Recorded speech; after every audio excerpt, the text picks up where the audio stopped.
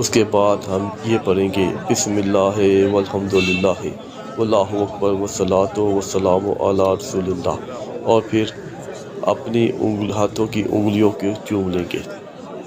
پھر مرد رمل کریں گے، یعنی کہ 3 چکر وہ اکڑ کر چلیں گے، یا جیسے پہلوان چلتے ہیں اکڑ کر 3 چکر ایسے لگائیں گے، اور اس کے بعد پھر 4 چکر نارمل حالت میں لگائیں گے۔ 7 چکروں کے درمیان ہمیں خاموش نہیں رہنا چاہیے، اللہ تعالیٰ کا ورد کرنا چاہیے۔ سورہ آپ درود شریف پڑھ سکتے ہیں، درود ابراہیمی، تیسرا کلمہ، جو بھی آیات وغیرہ آپ پڑھ سکتے ہیں، خاموش نہیں رہنا چاہیے۔ ہمیں 7 چکر میں رکن یمانی پر پہنچ کر یہ دعا پڑھنی چاہیے، ربنا آتنا فی الدنیا حسنۃ وفی الآخرۃ حسنۃ وقنا عذاب النار۔ رکن یمانی وہ کونا، وہ جگہ ہے جہاں پر بیت اللہ شریف کے اندر حضرت علی علیہ السلام کی ولادت بسعادت ہوئی۔ رکن یمانی اور حجر اسود کے درمیان دیوار کو مستجاب کہتے ہیں، اور 70,000 فرشتے دعا پر آمین کہتے رہتے ہیں۔ جب ہم پہلے چکر میں رکن یمانی کے پاس پہنچے تو ہمیں یہ دعا کرنی چاہیے، پھر ملتزم پر آئیں اور خوب دعائیں کریں، یہاں پر دعائیں قبول ہوتی ہیں۔ خانہ کعبہ کے دروازے اور حجر اسود کے درمیانی حصے کو ملتزم کہتے ہیں۔ 7 چکر کمپلیٹ ہونے کے بعد پھر حجر اسود کے سامنے کھڑے ہو کر پھر ہم استلام کریں گے، یعنی کہ دونوں ہاتھوں کی ہتھیلیاں حجر اسود کے سامنے کریں گے اور پڑھیں گے بسم اللہ والحمد للہ اللہ اکبر والصلاۃ والسلام علی رسول اللہ، یعنی 7 چکر ہوں گے اور 8 استلام ہوں گے۔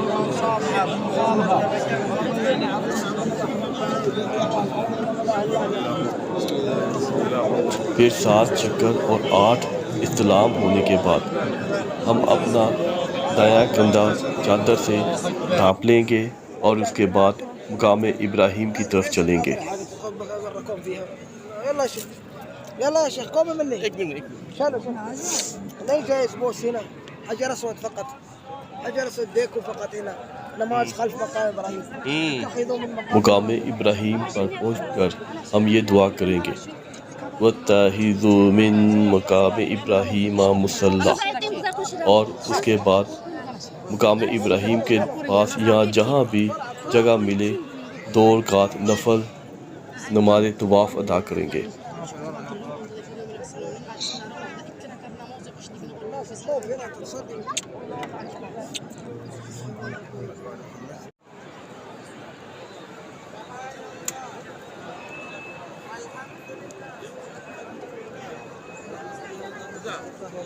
پھر آپ آب زمزم پینے کے لیے جہاں پر کولر پڑے ہیں وہاں پر چلے جائیں، اور اس سے پہلے خانہ کعبہ کی طرف منہ کر استلام کریں۔ حضور پاک کی حدیث شریف ہے ابن ماجہ میں کہ آب زمزم جس مقصد کے لیے پیا جاتا ہے وہ مقصد پورا ہوتا ہے، اور پیٹ بھر کر آپ آب زمزم پیے۔ خانہ کعبہ کی طرف ہی منہ کر کے دعا مانگے، یا اللہ اپنے فضل و کرم سے میرے سب گناہوں کو بخش دے، اور مجھے جو بیماری ہے مجھے اس میں شفا عطا فرما۔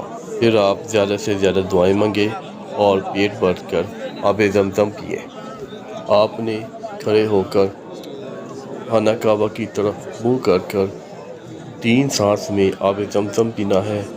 بسم اللہ پڑھ کر آب زمزم 1 گھونٹ پئیں، الحمدللہ کہیں، پھر دوسرا گھونٹ پئیں، پھر الحمدللہ کہیں، پھر تیسرا گھونٹ پئیں اور الحمدللہ کریں، اور پھر پیٹ بھر کر آپ آب زمزم پئیں۔ اس کے بعد یہ دعا مانگے، اللہم انی اسألک علما نافعا ورزقا واسعا وشفاء من کل داء۔ پھر آپ صحیح کرنے کے لیے جائیں، جہاں پر لکھا ہوا ہے صحیح کرنے کی جگہ وہاں پر آپ جائیں۔ صحیح کرنے سے پہلے ہم ایک اور استلام کریں گے، خانہ کعبہ کی طرف منہ کر کے ہاتھوں کی ہتھیلیوں کو بیت اللہ شریف کی طرف کر کے ہم پڑھیں گے بسم اللہ والحمد للہ واللہ اکبر الصلاۃ والسلام علی رسول اللہ۔ پھر ہم صفا کی طرف جائیں گے اور یاد رکھیں کہ صفا مسجد سے باہر ہے، اور جب بھی باہر نکلیں تو بایاں پاؤں پہلے نکالیں اور اس کے بعد پھر یہ دعا پڑھیں، اللہم انی اسألک من فضلک رحمتی۔ یا اللہ، میں سعی کے لیے صفا اور مروہ کے 7 چکر لگاتا ہوں، تو میرے لیے آسان فرما اور قبول فرما۔ پھر ہم صفا سے مروہ کی طرف جائیں گے، جیسے ہی سبز لائٹ آئے گی تو مردوں کو وہاں سے دوڑنا ہے، اور جو ہی ختم ہوگی لائٹ اور پھر نارمل حالت میں وہ جائیں گے، اور یاد رکھیں کہ عورتیں اپنی نارمل حالت میں ہی جائیں گی، سبز لائٹ کے دوران وہ بھاگے گی نہیں۔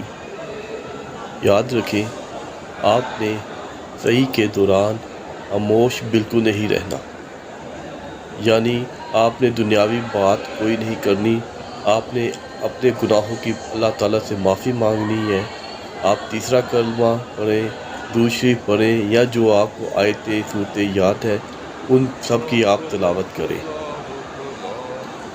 صفا سے مروہ آپ کا 1 چکر ہوگا، پھر مروہ سے صفا 2، پھر صفا سے مروہ 3، پھر مروہ سے صفا 4، پھر صفا سے مروہ 5، پھر مروہ سے صفا 6، پھر صفا سے مروہ 7 چکر پورے ہوں گے۔ جب حضرت ابراہیم علیہ السلام اور حضرت اسماعیل علیہ السلام نے کعبہ شریف کی تعمیر مکمل فرمائی تو ابراہیم علیہ السلام نے کعبے کو چیک کرنے کے لیے 7 چکر لگائے۔ جب حضرت اسماعیل علیہ السلام چھوٹے سے تھے تو آپ پیاس سے رو رہے تھے، تو حضرت بی بی ہاجرہ علیہ السلام نے پانی کی تلاش میں انہوں نے 7 چکر لگائے۔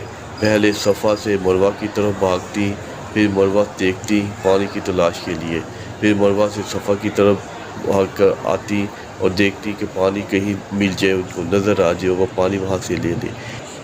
اسی وجہ سے انہوں نے 7 چکر لگائے۔ اللہ تعالیٰ کو حضرت ابراہیم علیہ السلام اور حضرت بی بی ہاجرہ علیہ السلام کی یہ ادا اتنی پسند آئی کہ انہوں نے حج کا یہ حصہ بنا دیا۔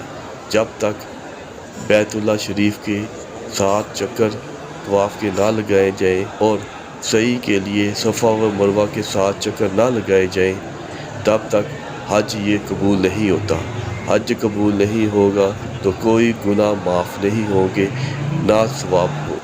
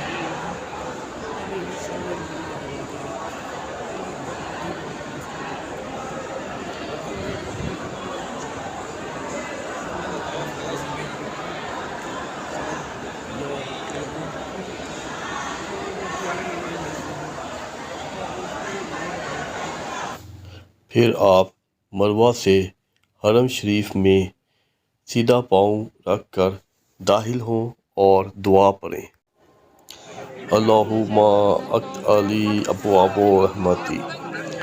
پھر اعتکاف کی نیت کریں، نوائت سنت الاعتکاف۔ پھر 2 رکعت نفل سعی کے ادا کرنے کے بعد خوب دعائیں کریں۔ مرد اور خواتین 2 رکعت نفل حتیم میں ادا کر رہی ہیں۔ حتیم میں 2 رکعت نفل ادا کرنا بیت اللہ شریف کے اندر ادا کرنے کے برابر ہے، اور اس کا اتنا ہی ثواب ہے جتنا خانہ کعبہ کے اندر 2 رکعت نفل ادا کرنے کے ہیں۔ اور یہاں پر کچھ خواتین و حضرات جو ہیں اپنے باری کا انتظار کر رہی ہیں حتیم میں نفل ادا کرنے کے لیے۔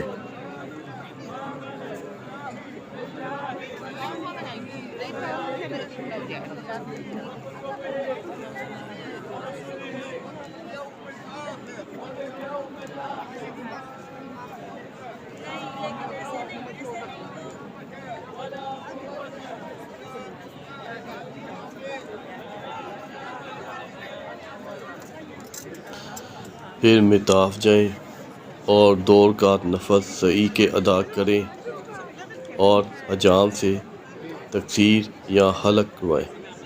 حلق کا مطلب ہے کہ آپ نے سر کے پورے بال منڈوانے ہیں، اور تقصیر کا مطلب ہے کہ آپ نے چھوٹے چھوٹے بال کروانے ہیں۔ حضور پاک کی حدیث شریف ہے، آپ نے 3 دفعہ فرمایا کہ حلق کروانا تقصیر سے بہتر ہے۔ اسی وجہ سے ہم نے بھی عمرہ ادا کرنے کے بعد حلق کروایا۔ مبارک ہو ان مسلمانوں کو جو عمرہ ادا کرنے کے لیے جائیں۔ اللہ تعالیٰ ہمیں اور آپ سب کو بھی زندگی میں بار بار عمرے اور حج ادا کرنے کی سعادت نصیب فرمائے، آمین یا رب العالمین۔